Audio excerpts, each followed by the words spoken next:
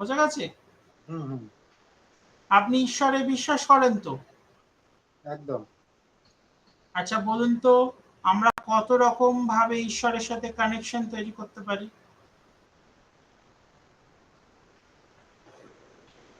Sir কি বলবো, হুম, এক মেডিটেশন করে করা যায়, এটাই জানি, নিজের আর মনটাকে স্থির করে আর এক জায়গায় রাখলে।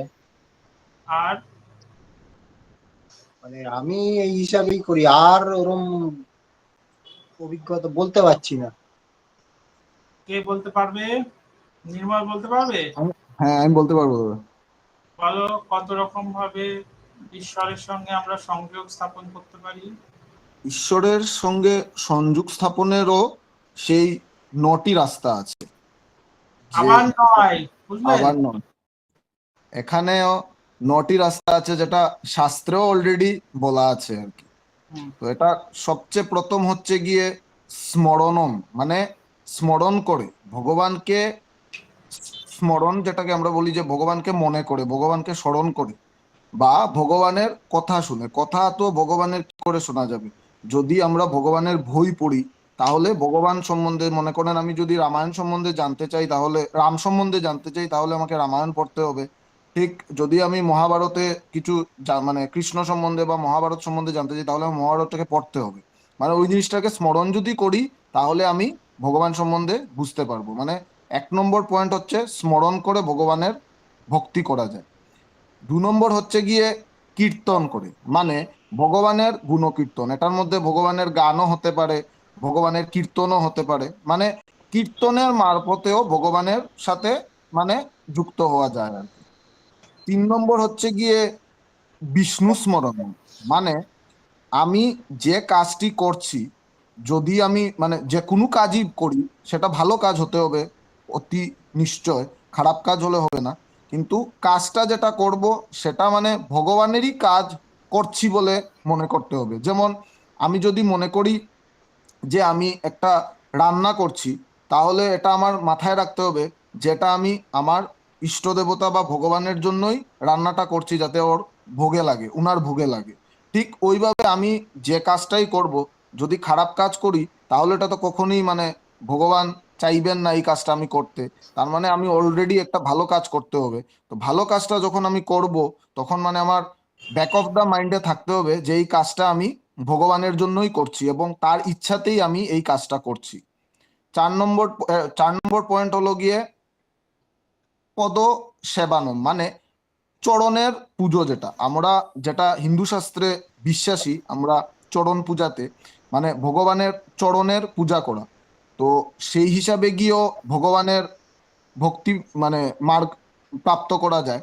সেটার একটা মানে নিরন্তর সেবা করে, যেটার একটা উদাহরণ হলেন গিয়ে আমাদের যিনি লক্ষ্মী, মানে তিনি চিরন্তন জীবন, পুরো জীবনই মানে বিষ্ণুর পদসেবা করেই গেছেন। আমরা বিভিন্ন ফটোর মারফতেও দেখতে পারি যে শ্রী বিষ্ণুর পায়ের মানে চরণের সাইডে একটা পাশে লক্ষ্মীকে বসে থাকতে। তো এটাই আমাদের হিন্দু শাস্ত্রের মধ্যে এই ফটোটাই সবচেয়ে বেশি হয়। তো এখানে এই পদসেবা করেও ভগবানের মানে ভক্তি মার্গের প্রাপ্ত করা যায়।